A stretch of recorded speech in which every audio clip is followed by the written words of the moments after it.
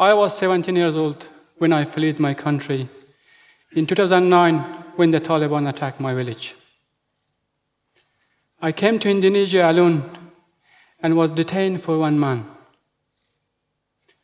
I went to a UNHCR office in Jakarta to seek asylum, but after 6 months wait, I found that it will take many years to process my claim. Then I had 2 choices: stay for at least 10 years in Jakarta, where I would be living underground without rights, or take the dangerous boat journey to Australia. 1 month before I departed from Indonesia, one of my close friends disappeared in the ocean along 65 other people. Despite the high risk, I decided to take the boat journey. Luckily, after 10 days without enough food and drinks, we arrived at Christmas Island. I was detained for 3 months at Christmas Island Detention Center by the Australian government. The refugee camp was a difficult experience. It affected me physically and mentally. It was like a jail. We had limited access to food and physical activity. We were treated like criminals when our only crime had been to seek stability in a time of chaos. I'm sharing my story with you because I believe that if we make the time and listen to our stories, then we will be able to understand why people like me have had to make the choice we had to make. And my story is similar to thousands of refugees who have come to Australia to build a new life for themselves and a future for their families. When I released from detention center, I promised one thing to myself. I have to work hard to contribute to this beautiful country because these people saved my life. I had many years of disruption to my schooling, and the refugee camp experience made it harder for me to begin my life in Australia. I was 17 years old. As I was still legally a child, I was entitled to greater assistance in learning to speak, read, and write in English. This process was the beginning of expanding my networks and my thinking. So I had this opportunity to go to proper English class and meet people whose lives were different from mine. While I was attending Marsden High School in Sydney, I had tutorial class with the Columbian Mission Institute to find a common ground between Islam and Christianity. I went to Wollongong Temple to study Buddhism, to find a common ground between Islam and Buddhism. I had joined many soccer clubs with many nationalities and made new friends. This activity helped me to feel connected to Australia. While I was studying politics and international relations at the uni in Canberra, I received social welfare. And after I paid my rent each fortnight, I had $50 left for everything else.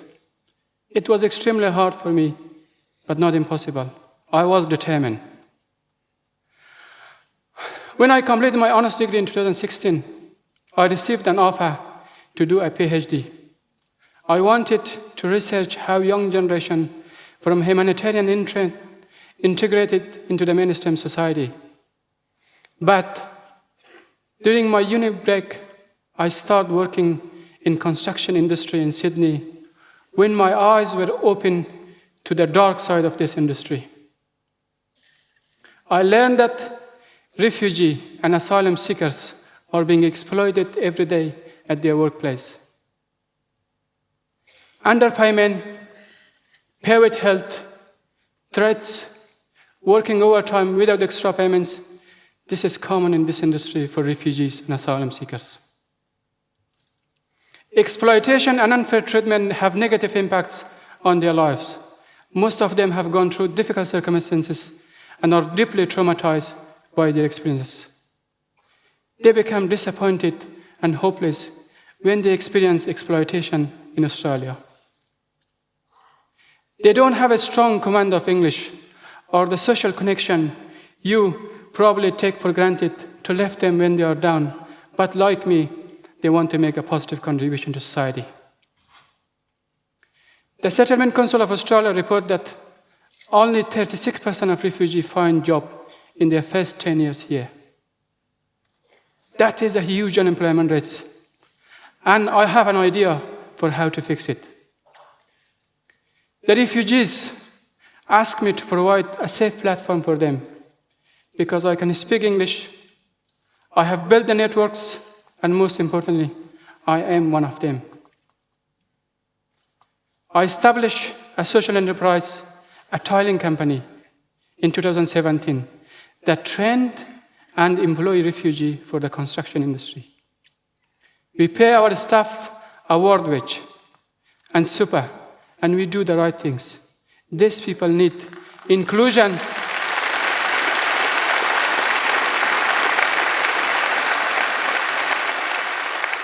These people need inclusion and stable work so they can contribute effectively.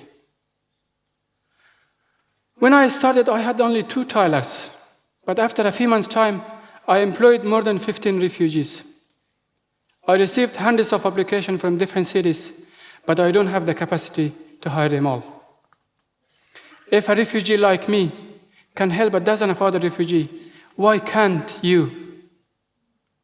If you have networks and skills, find a way to share with refugees and asylum seekers.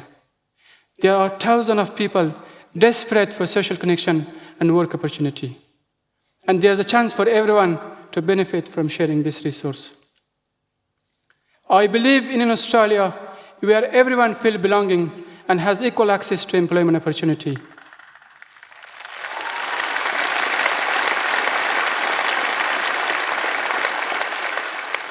And I am asking you to consider where you can expand your networks for the greater good of this beautiful country that we all call home. Thank you.